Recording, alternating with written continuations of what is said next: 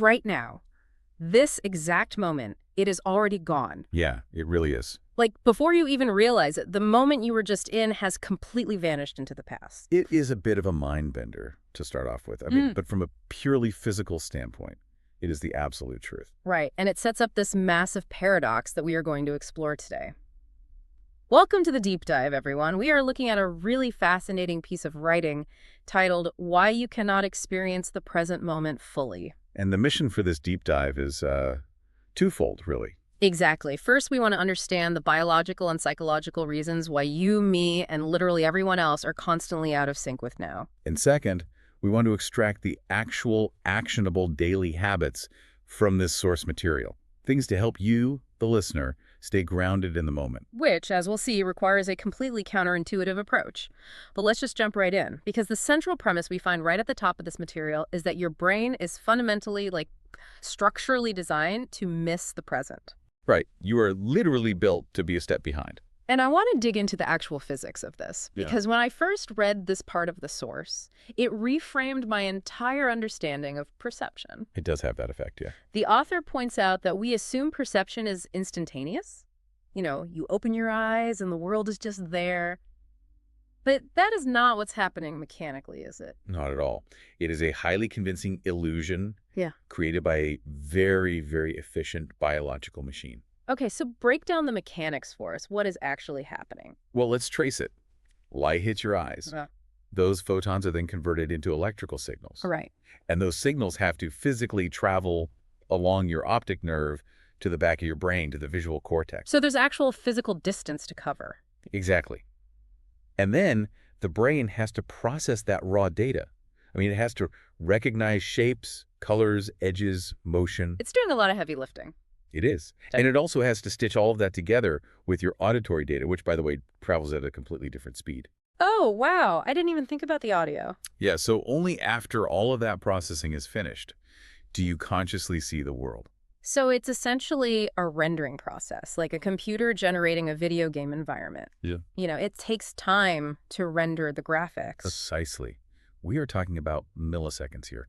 Roughly 80 milliseconds on average. 80 milliseconds. Right. Yeah. It sounds insignificant, but from a strict physics standpoint, it means that everything you experience has already happened. That is just wild to think about. The physical event that generated the light or the sound is completely over by the time you are consciously aware of it.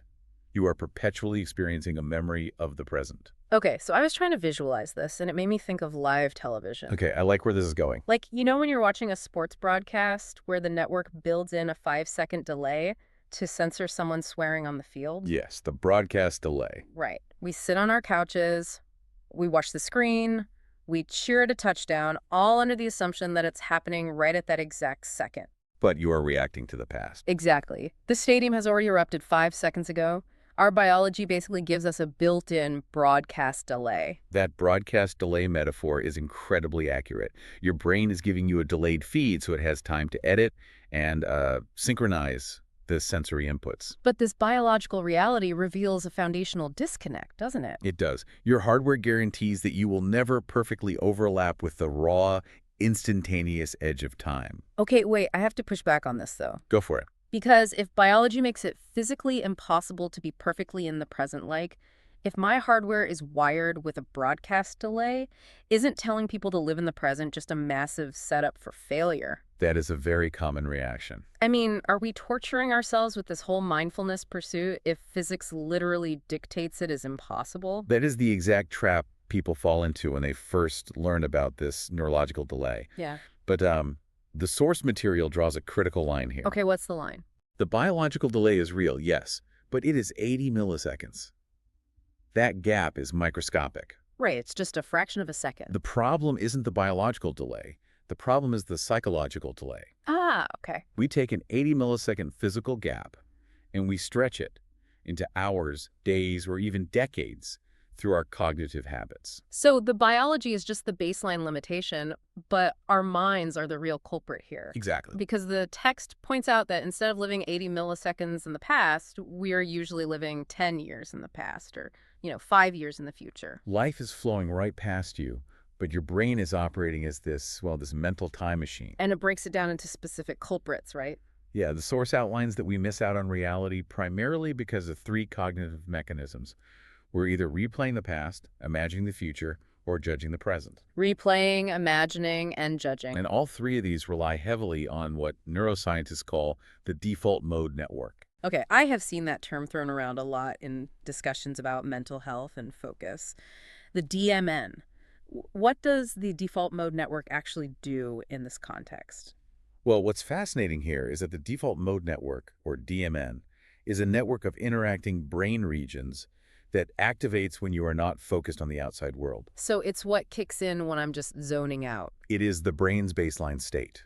When you are daydreaming, recalling memories, envisioning the future, or thinking about yourself and your relationship to others, your DMN is completely running the show. But why do we have it if it just distracts us? From an evolutionary perspective, it is a survival mechanism. I mean, it allows us to simulate potential future threats based on past experiences so we can avoid danger.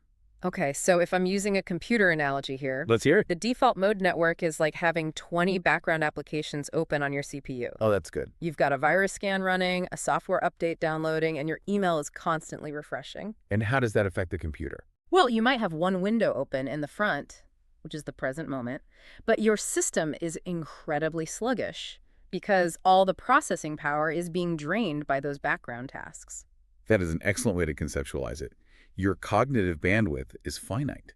Right. So when your DMN is running all those background simulations, like worrying about an upcoming presentation or replaying an awkward conversation from yesterday, it drains the resources available to process the immediate sensory data of the present moment. And the source gives us a very clear picture of what those background applications actually sound like in everyday life. The internal monologue. Yes, that constant inner commentary. You're walking in a park on a beautiful day, and instead of just being there, the voice is running a relentless narrative. Saying things like, I should be working. Exactly. Or what if that client emails me back with bad news?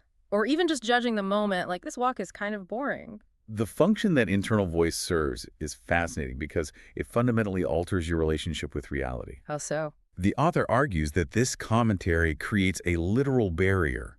You think you are experiencing your life, but mostly you are just listening to a narrator describe your life to you. A narrator that is super critical, usually. Right, complete with unhelpful critiques and anxieties. You are stepping out of the raw data of reality and into a conceptual framework about reality. I think for anyone listening, this is just painfully relatable. Oh, absolutely. We spend so much of our day physically taking up space in a room, but our consciousness is fully relocated to a timeline that doesn't actually exist. Yes. Like we are having a phantom argument in the shower with a coworker who isn't even there. And when you are having that phantom argument, you aren't feeling the water on your skin. You aren't feeling the temperature of the air. You're just gone. You are completely anesthetized to the present. And there is a profound difference between experiencing a moment and conceptualizing it. Unpack that a little bit. Experiencing versus conceptualizing. Well, if you sit on a bench and think, this is relaxing, I should do this more often, I read an article about how good this is for my blood pressure. You're not relaxing anymore. Exactly. Yeah. You aren't actually relaxing. You are analyzing the concept of relaxation. Okay, so we're stuck. We have this biological delay we can't control, and we have an evolutionary software program, the default mode network, that constantly yanks us out of the present to simulate threats. It paints a pretty bleak picture. It does. So what is the loophole here? Because the author doesn't just leave us in this existential trap. But what I find so interesting is that our instinctual solution usually makes the problem significantly worse. Yes, the source highlights a pervasive trap regarding how we try to solve this. The capturing trap. Right. When we realize a beautiful moment is happening, our instinct is to try and capture it.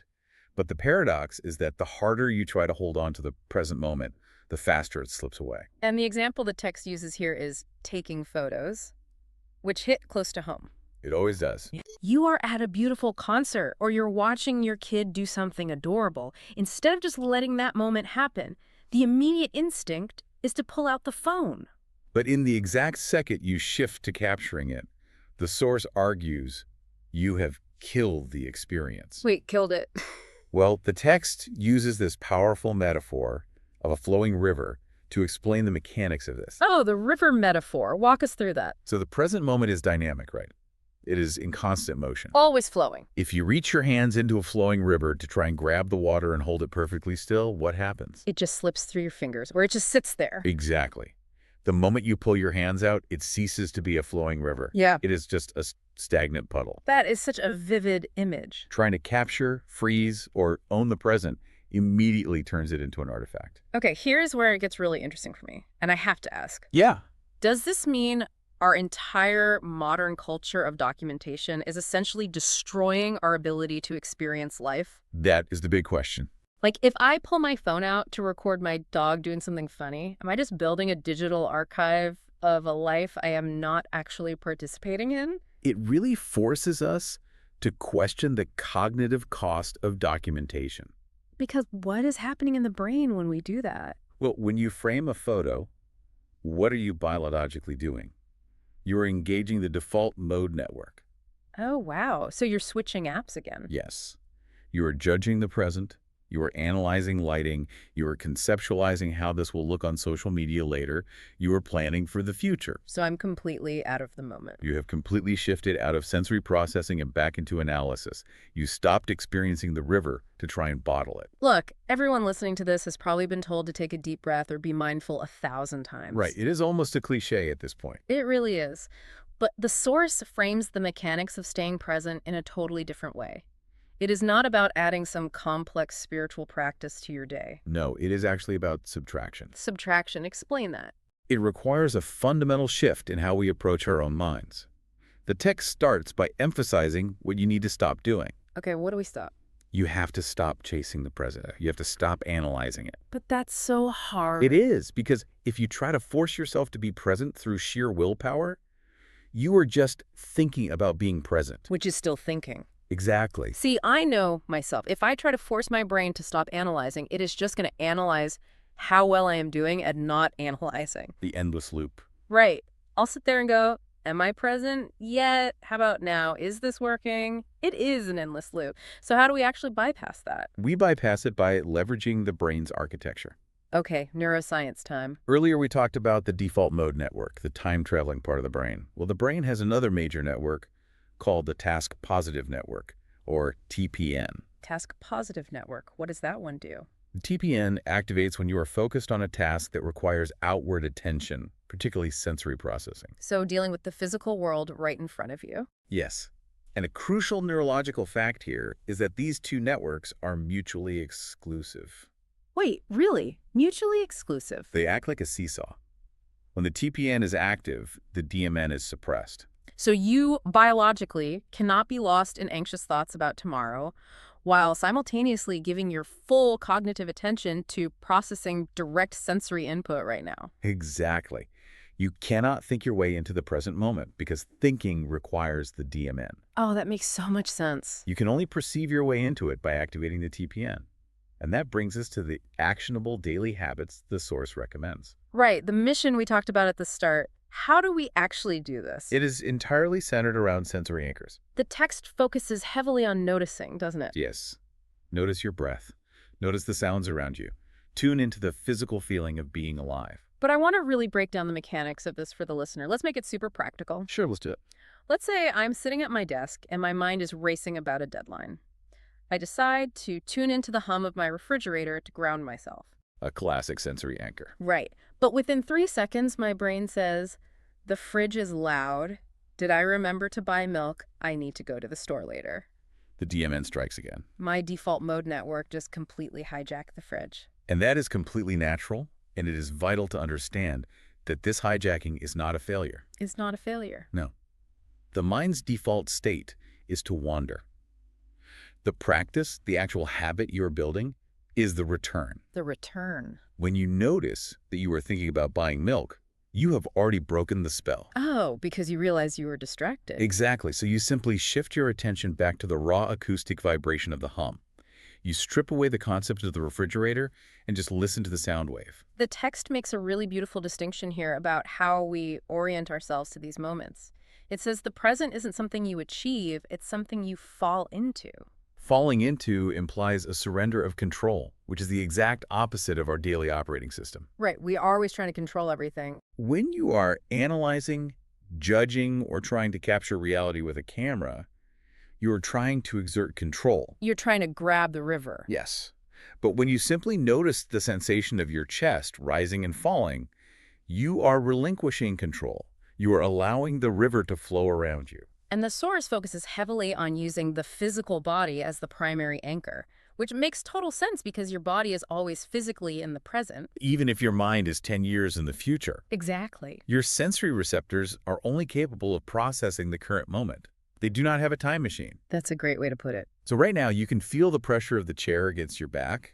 You can feel the specific temperature of the air on your skin. Just raw physical data. The thermoreceptors are fantastic anchors because temperature is entirely experiential. It bypasses conceptual thought. You just feel it. By directing your conscious attention to those physical sensations, you force the task-positive network to engage, which mechanically quiets the inner commentator. It is like manually changing the channel on a TV. I like that. You are switching away from the endless, anxiety-inducing news cycle of the internal narrator, and you are tuning into the live, raw feed of your physical senses. And the gentle return is the core of the practice. Right, don't get mad at yourself. Exactly. Beating yourself up for getting distracted is just more DMN activity. Really just more thinking. The moment you realize you've drifted back to the mental time machine, you just gently change the channel back. Just one conscious breath. Just one conscious breath where you feel the air hit the back of your throat.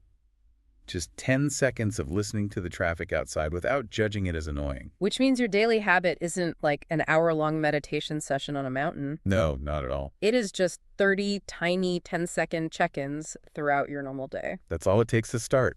It's sitting in your car before you walk into the grocery store, gripping the steering wheel, and actually feeling the texture of the leather for 3 breaths before you move. It is a remarkable progression we see in this material. It really is. We start with a hard physical constraint, the 80-millisecond biological delay.